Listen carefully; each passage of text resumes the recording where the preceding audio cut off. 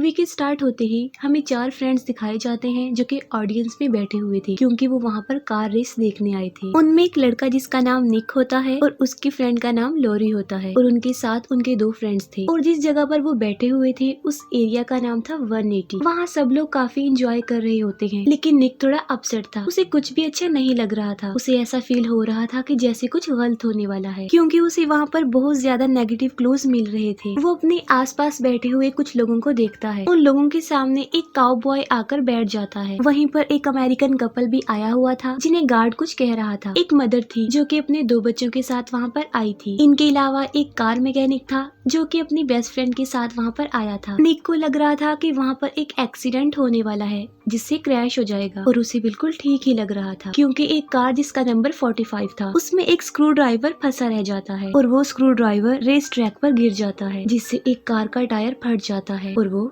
Crash हो जाती है। एक टायर उस मैकेनिक की फ्रेंड के ऊपर आकर गिरता है जिससे वो मर जाती है। सब लोग घबराहट के आलम में इधर उधर भाग रहे थे। रेस ट्रैक पर सारी कार एक दूसरे से टकरा रही थी और उनके टुकड़े दूर दूर आकर गिर रहे थे जिससे उस अमेरिकन कपल की भी डेथ हो जाती है। एक कार इंजन उन बच्चों की मदर पर आकर गिरता है जिससे वो क्रश हो जाती है और वहीं पर मारी जाती है। वो मैकेनिक भाग रहा होता है और एक बहुत बुरे तरीके से उसकी भी मौत हो जाती है। उसके बाद वो काउबॉय मरता है। निक के फ्रेंड्स भाग रहे होते हैं और उनके ऊपर छत गिरने से वो भी मारे जाते हैं। वहाँ पर एक बहुत बड़ा ब्लास्ट होता है जिससे लॉरी और सिक्योरिटी गार्ड मारे जाते हैं और वहीं पर निक की भी डेथ हो जाती है और तभी निक फौरन सेंसेस में आ जाता है। और यहाँ पर निक को समझ नहीं आ रही थी कि आखिर उसने ये क्या देख लिया है और तभी वही काउबॉय आकर उनके सामने बैठ जाता है। सब कुछ एग्जैक्ट वैसे ही हो रहा था जैसे कि उसने अभी देखा था, यानी उसने फ्यूचर देख लिया था और निक को पता होता है कि अब क्या होगा, यानी वहाँ पर एक्सीडेंट होगा और क्रैशेस होंगे और रेल में भी जिस कार का एक्सीडेंट होना था उसका नंबर भी 45 होता है। निक बहुत ज्यादा डर जाता है और घबराते हुए कहता है कि यहाँ पर क्रैश होने वाला है। अक्सर लोगों को उसकी इस बात पर गुस्सा आ जाता है और वो उसे बुरा भला कहने लगते हैं। उसके पीछे बहुत सारे लोग स्टेडियम से बाहर आ जाते हैं लेकिन इससे पहले कि वो उसे कुछ कह पाते उसका कहा सच हो जाता है और अंदर सारी कार क्रैश हो जाती है। उस अमेरिकन की वाइफ अंदर ही फंस गई थी और वो अंदर जाने की कोशिश करता है लेकिन सिक्योरिटी गार्ड उसे जाने नहीं देता क्योंकि क्रैश की वजह से पूरा स्टेडियम उसकी लपेट में आ गया था। सब लोग काफी डरे और घबराए हुए होते हैं। तभी अंदर से उड़ता हुआ एक टायर आता है और उस मैकेनिक की फ्रेंड को कुचलकर मार डालता है और वो लोग देखते ही रह जाते हैं कि ये क्या हो गया। उस इंसिडेंट की अगली रात एक मेमोरियल रखा जाता है उन लोगों की याद में जो इस एक्सीडेंट में मारे गए। निक और लॉरी भी वहाँ पर जाते हैं जहाँ उन्हें अपने जैसे बाकी सर्वाइवर्स भी मिलते हैं। वो अमेरिकन अपनी वाइफ की डेथ का रिस्पॉन्सिबल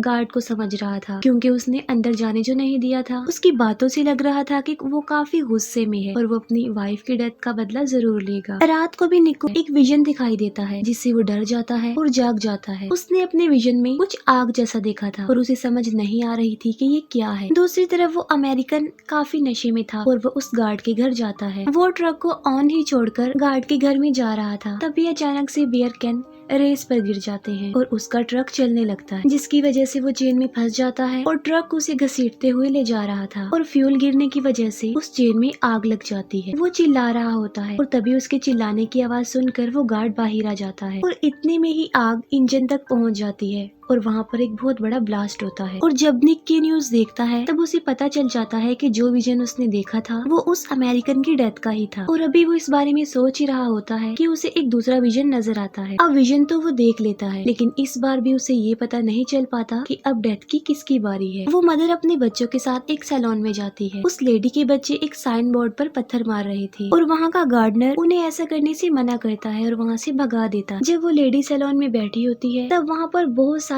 ऐसे इंसिडेंट्स होते हैं जिनसे वो मर सकती थी लेकिन उन इंसिडेंट से तो वो बच जाती है। लेकिन जब वो घर वापस जा रही होती है तभी एक ग्रेस कटर से एक पत्थर हिट होता है जो सीधा आकर उसकी आंख में लगता है और वो मर जाती है। और वो पत्थर किसी और ने नहीं बल्कि उसके अपने बच्चों ने ही वहाँ पर फेंका था। उस लेडी की डेथ से निक को पता चल जाता है कि डेथ उनकी आसपास ही है। न्यूज़पेपर के ऊपर भी 180 लिखा हुआ था और वो इसके बारे में रिसर्च करते और तब उन्हें 180 की तबाहियों के साथ साथ डेथ के पूरे कॉन्सेप्ट का पता चल जाता है कि वो कैसे काम करती है। और वहीं पर उन्हें डेथ के बारे में एक इन्फॉर्मेशन मिलती है कि अगर वो डेथ की प्रोसेस को रोक देते हैं तो वो खत्म हो जाएगी लेकिन असल में ऐसा कुछ नहीं था। निक को एक और विजन आता है। अब वो डेथ के बारे में तो जान चुका था लेकिन उसे ये पता नहीं होता कि अगली बारी किसकी है। और ये पता लगवाने के लिए वो उस स्टेडियम में जाते हैं जहाँ पर क्रैश हुआ था और वहाँ पर वो गार्ड से मिलते हैं। गार्ड उन्हें कैमरा फुटेज दिखाता है जिससे निक को पता चलता है कि अगली बारी उस मैकेनिक की है। वो तीनों मैकेनिक के पास उसकी शॉप पर जाते हैं। वो उस मैकेनिक को सब कुछ बता देते हैं, लेकिन वो उनकी बातों पर बिलीव करने को तैयार ही नहीं था। तभी वो देखता है कि एक वैन उसकी तरफ आ रही है, लेकिन किसी तरह वो उससे बच जाता है और अब उसको उन लोगों की बातों पर यकीन आ चुका था,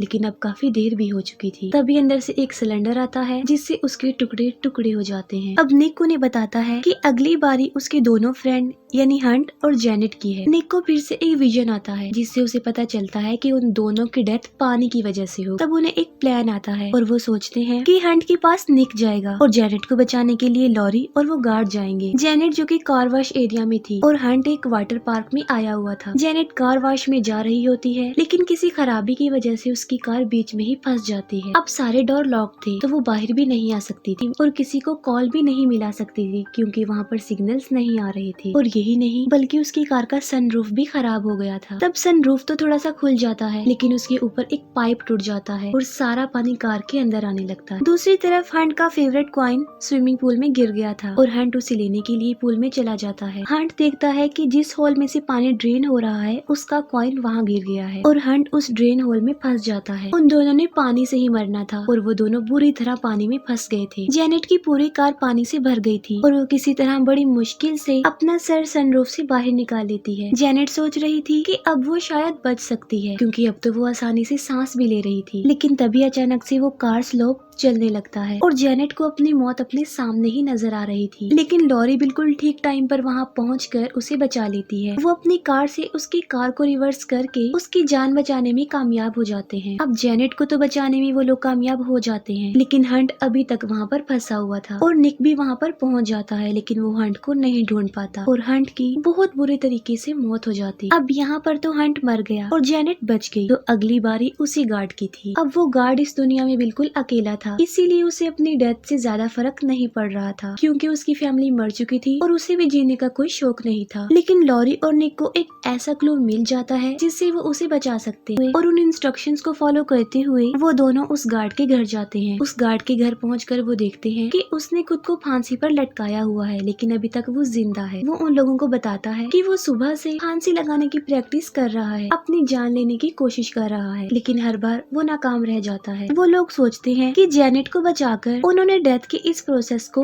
तोड़ दिया है और अब वो लोग सुकून से अपनी लाइफ गुजार सकते हैं। वो लोग डिसाइड करते हैं कि सेलिब्रेशन करने के लिए वो लोग ट्रिप पर जाएंगे। निक सामान पैक कर रहा होता है और लॉरी जेनेट के साथ एक फिल्म देखने गई हुई थी। तभी निक देखता है कि टीवी पर उस काउबॉय की न्यूज चल रही थी, यानी उसे क्रैश से सेव कर लिया था। तब निक फौरन समझ जाता है कि अगर वो काउबॉय बच गया है तो अब मरने की बारी उसी काउबॉय की है। तब निक जल्दी से हॉस्पिटल के लिए निकल जाता है और वो उस गार्ड को भी वहाँ पर बुला लेता है, लेकिन पहुँचने में उन्होंने काफी देर लगा दी थी क्योंकि डेथ ने तो अपना काम शुरू कर दिया था और वो उनकी नजरों के सामने ही मारा जाता है और वो कुछ भी नहीं कर पाते। अब निक और गार्ड जल्दी से वहाँ से निकलते हैं क्योंकि उन्होंने लॉरी और जेनेट को बचाने के लिए जाना था। वो दोनों बातें करते हुए जा रहे थे, तभी एक एम्बुलेंस उस गार्ड को उड़ाकर अपने साथ ले जाती है। तब निक जल्दी से उस मॉल तक पहुँचता है और उसे फिर से एक विजन नजर आता है और वो लॉरी को ढूंढने लगता है। लॉरी सिनेमा हॉल में बैठी हुई थी, लेकिन डेथ ने अपना काम शुरू कर दिया था। सिनेमा हॉल के बिल्कुल साथ वाले रूम में आग लग गई थी। निक लॉरी को ढूंढ लेता है।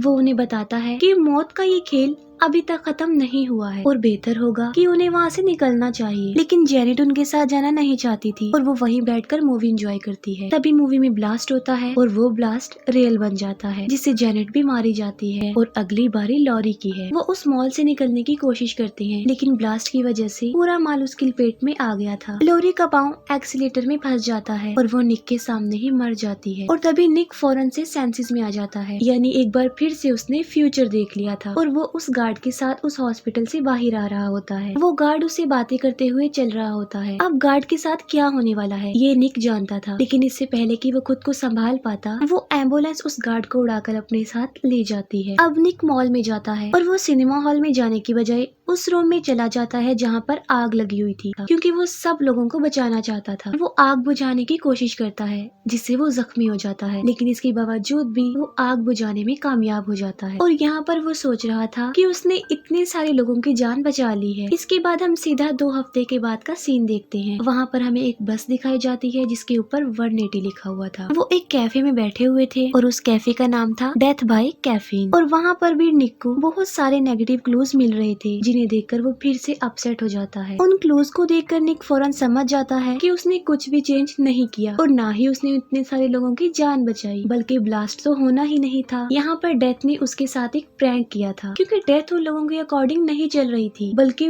वो डेथ के अकॉर्डिंग चल रहे थे। वो ये सोचने पर भी मजबूर हो जाता है कि अगर वो इस कैफे में बैठे हुए हैं तो ये भी डेथ का एक प्लान हो सकता है। अभी बस वो ये कहता ही है कि एक ट्रेन आकर उन तीनों को कुचल डालती है और वो तीनों भी मारे जाते हैं और उनकी डेथ के साथ ही ये मूवी यहीं पर एंड हो जाती है।